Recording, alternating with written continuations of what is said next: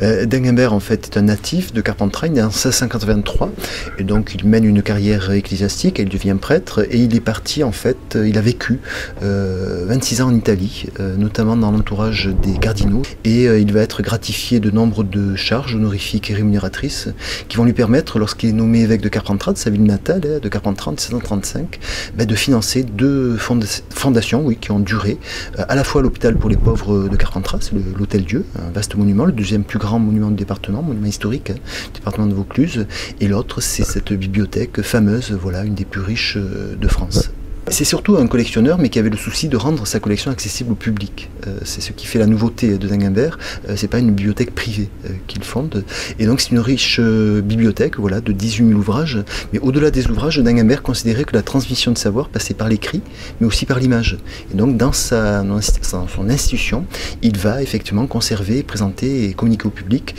beaucoup de livres, bien sûr, qui nous entourent là, mais aussi des tableaux, des estampes, des antiques et des objets scientifiques. L'exposition permanente valorise aussi des figures importantes de l'art, voilà, originaire de Carpentras. On pourrait citer Joseph Siffred Duplessis, qui était surtout connu dans le monde entier, Duplessis, pour avoir réalisé deux portraits de Benjamin Franklin, donc un des pères de la nation américaine. Donc deux portraits qui se trouvent aujourd'hui aux États-Unis, un au Metropolitan Museum, l'autre dans le bureau ovale de la Maison Blanche à Washington, et portraits qui sont reproduits depuis 1927 sur les billets de $100.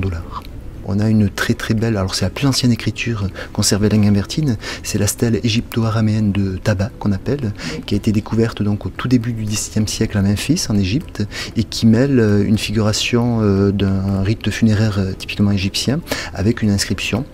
en araméen. Et on a d'autres artistes, même dans la section de la bibliothèque multimédia, avec ces paysagistes provençaux